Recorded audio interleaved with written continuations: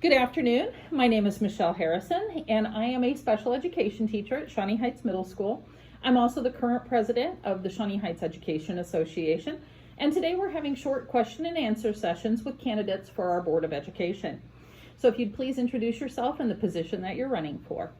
My name is Jill Koch, and I'm running for position 4A. Fantastic. So our first question this afternoon is, what is your primary goal as an individual board member? And then what is your vision for the future of the district?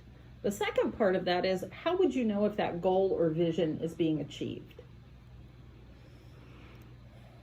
Read me the first part again. Okay. Because that was a long question. That's okay. Multiple questions in one. I want to make What sure I is answer your correctly. primary goal as an individual board member? Okay. And your vision for the district? Okay. Giving the kids a quality education. Getting back to the basics. Making sure that the curriculum is not sexually or politically driven. Teaching our kids how to think and not what to think. And that could be measured by the information that they've learned being backed up by facts and not just opinion. And I think, there's a lot of frustrated parents are unhappy with our current board members because they don't feel like their voices are being heard. And I just want them to know that I will be their voice, and that my decisions will be based on their input and not just my own. So how will you know if that goal or vision is being achieved?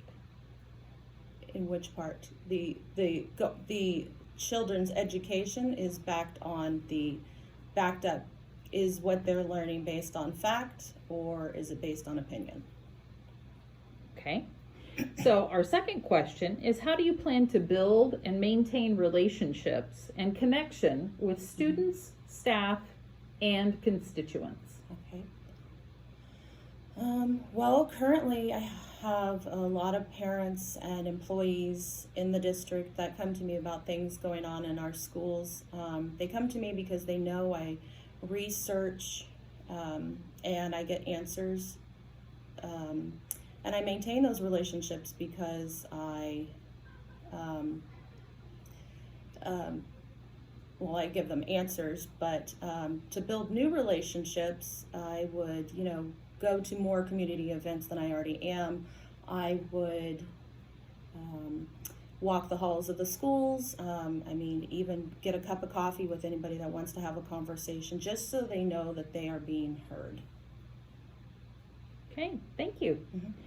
So in your experiences, what do you think is the best way to address differences of opinion amongst board members, or differences between the board and, say, district administration and staff? I would say you can disagree and still be cordial, but the board member's responsibility is to vote in the way their constituents want. They were elected to be the voice of their constituents. Okay. Could you support a decision that you were not in favor of? Why or why not? I would vote in the way my constituents would like. Okay. So what are your thoughts then on the current and proposed budgets for the district? If cuts happen to be necessary in the future, where would you make the first cuts?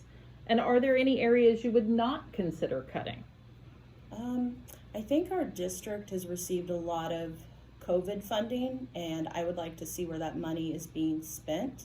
I know our district is short on subs, and I would like to see our district pay the $110 registration fee it costs to get your substitute license. I would also like our district to give all staff bonuses, and if I had to, I would trim technology, but I would not cut the special ed department.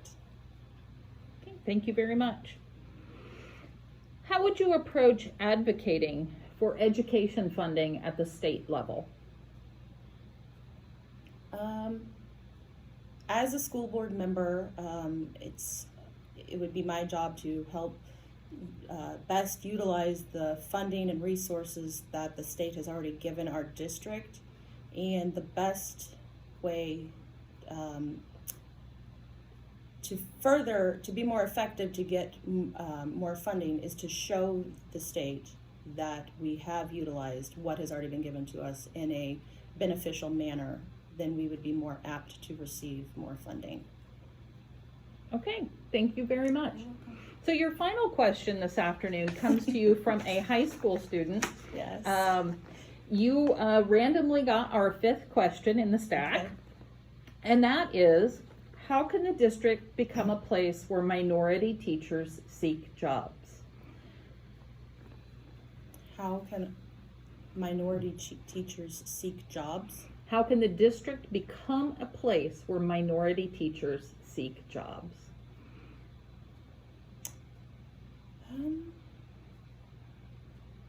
I think our district does a pretty good job of having a diverse range of staff already, so I'm pretty proud of that. To make it more enticing, maybe add some more cultural elements to our district. I would say that, add a little spice. Okay.